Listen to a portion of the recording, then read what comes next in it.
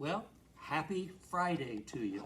We're going to be spending a little bit of time with John Steinbeck and the Grapes of Wrath. Now, this relates a little bit to what we were talking about on Wednesday. And this paperback book is one of the magical ones. Notice something. Even the edges of it have texture. It's not like your normal generic kind of a paperback. This one's special. The poetry book from Garrison Keillor was very much the same kind of a book. So there's magic in paperback too. Now, just a little bit of something I want you to be aware of. The cover art shows a vehicle piled high with goods on it, and that is certainly important to the story. One of the interesting things I discovered, first edition, John Steinbeck was very much worried that he not be considered a fascist because he had some very strong opinions and ideas. And he insisted that the Battle Hymn of the Republic be printed in its entirety in the first edition. And for those of you who aren't aware, it is really quite interesting to note the Grapes of Wrath. He has trampled out the vintage where the grapes of wrath are stored. Can you see where Steinbeck got the title?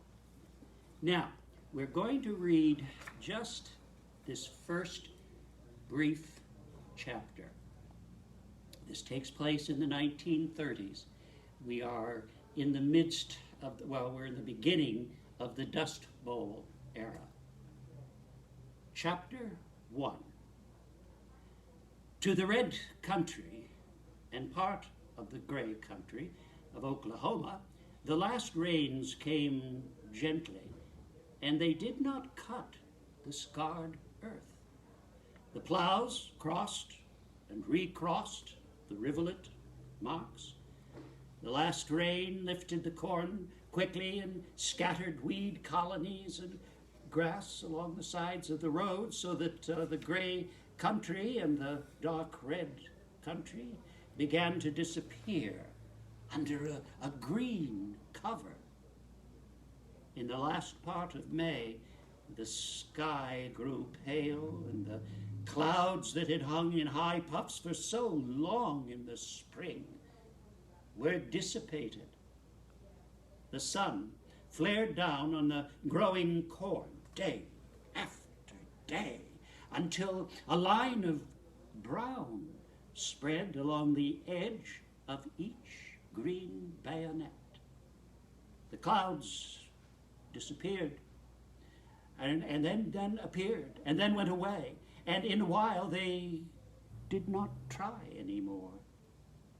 The weeds grew darker green to protect themselves, and they did not spread anymore. The surface of the earth crusted, a thin, hard crust, and as the sky became pale, so the earth became pale. Pink in the red country, and white in the gray country.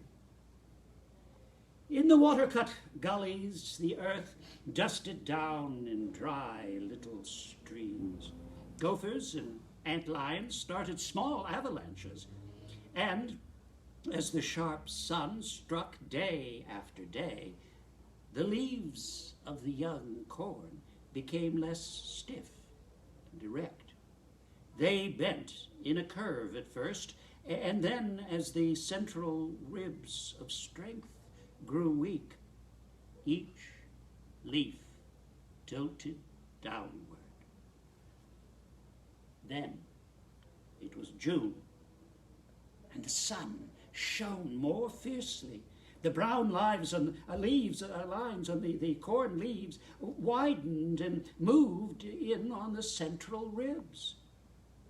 The weeds frayed and edged back toward their roots. The air was thin and the sky more pale, and every day the earth paled.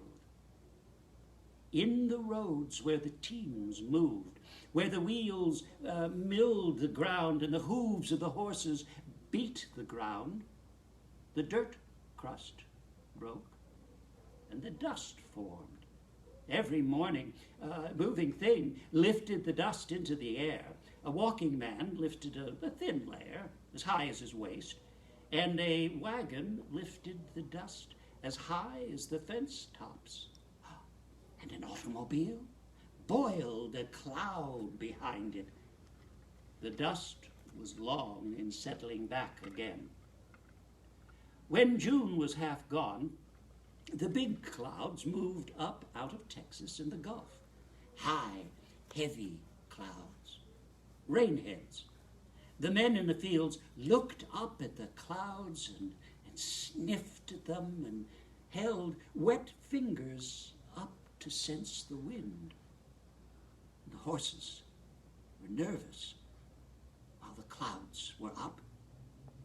The rain heads dropped a little spattering and then hurried on to some other country. Behind them the sky was pale again and the sun flared. In the dust there were drop craters where the rain had fallen, and there were clean splashes on the corn. And that was all. A gentle wind followed the rain clouds, driving them on northward, a wind that softly clashed the drying corn. A day went by, and the wind increased steady, unbroken by gusts. The dust from the roads fluffed up and spread out and fell on the weeds beside the fields, and fell into the fields a little way. Now the wind grew strong and hard, and it worked at the rain crust in the cornfields. Little by little the sky was darkened by the mixing dust, and the wind felt over the earth, loosened the dust and carried it away. The wind grew stronger. The rain crust broke, and the dust lifted up out of the fields and drove gray plumes into the air like sluggish smoke.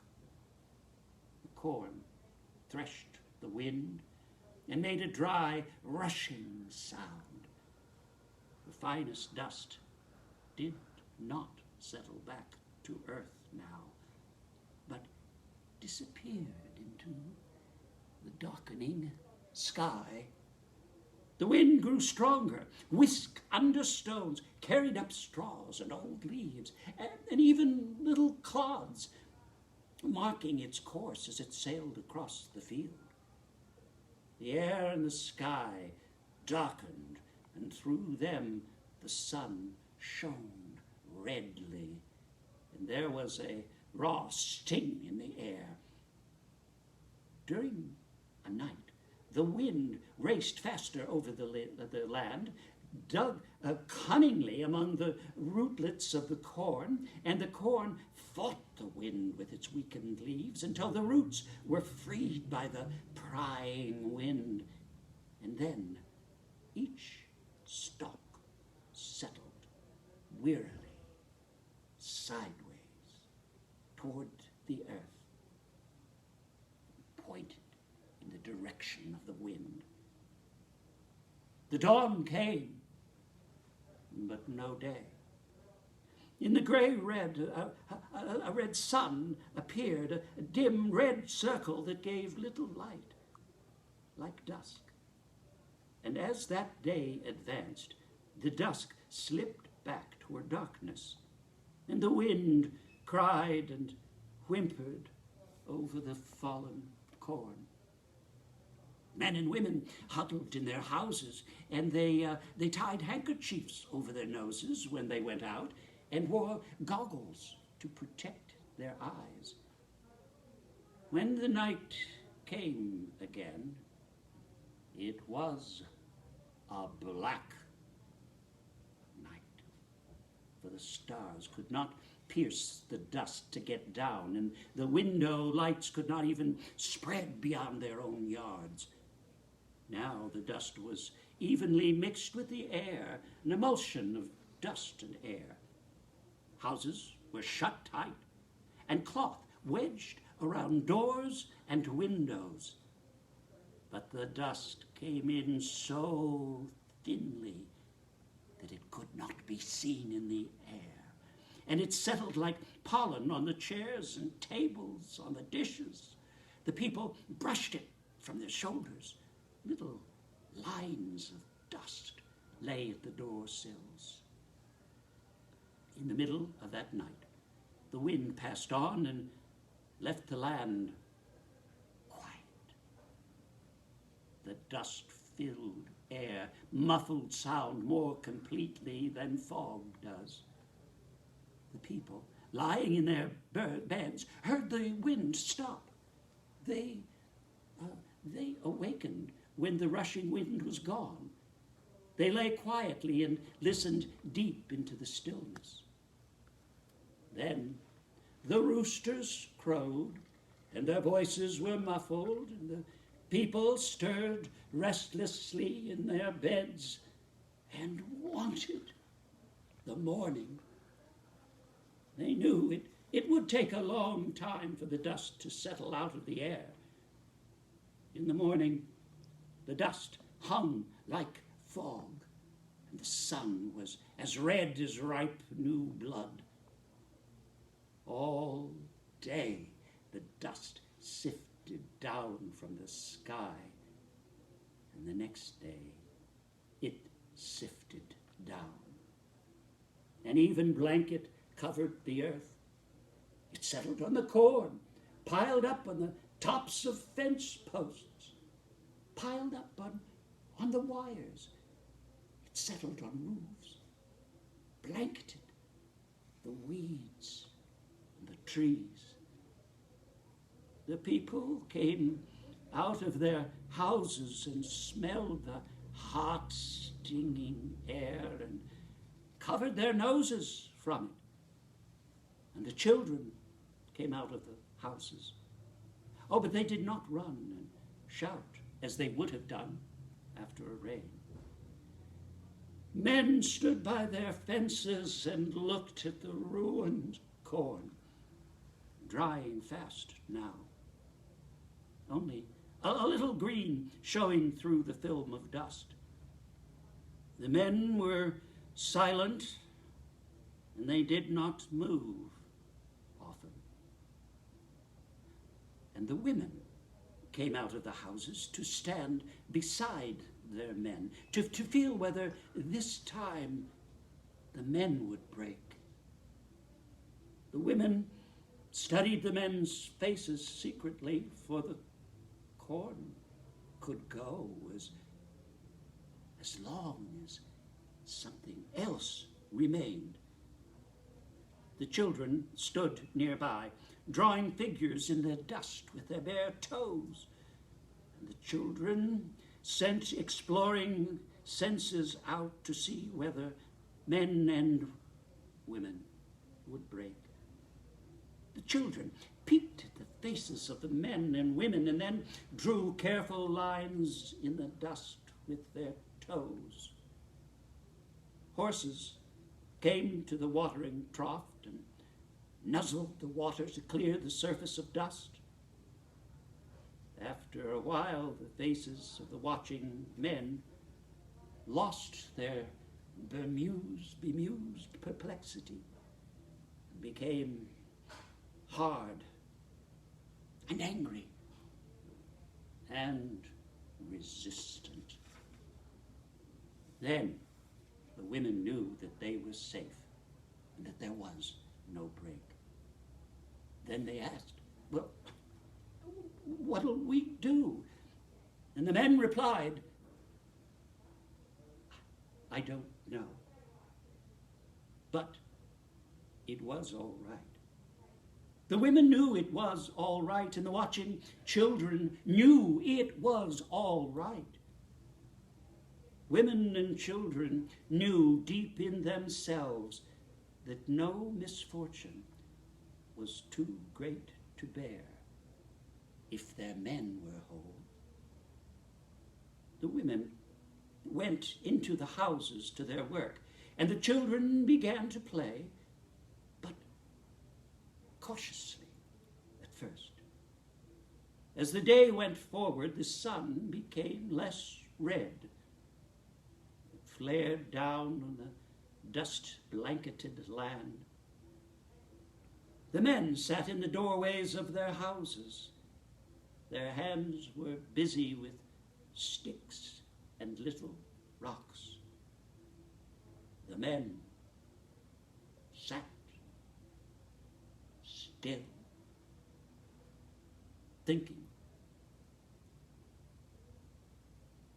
figuring. And the story goes on, but you'll have to get the book and read it to find out what happens. Now, my next selection is again a brief one from a letter that John Steinbeck wrote to his 14-year-old son who was away at boarding school. This particular book, which I'll show you in just a second, is going to be my resource for next Friday. It is called Letters of Note, an eclectic collection of correspondence deserving of a wider audience. It's compiled by Sean Usher. And I even like the graphics on the front. Notice, there are wonderful lines of gold and lines of blue. And if you look carefully at the top, what starts it? The silhouette of a pen. So there's a visual hint on the cover of what's within. I cannot recommend this book too highly. You're going to hear from scientists, artists, a little girl, newspaper editors, authors, and, of course, Steinbeck.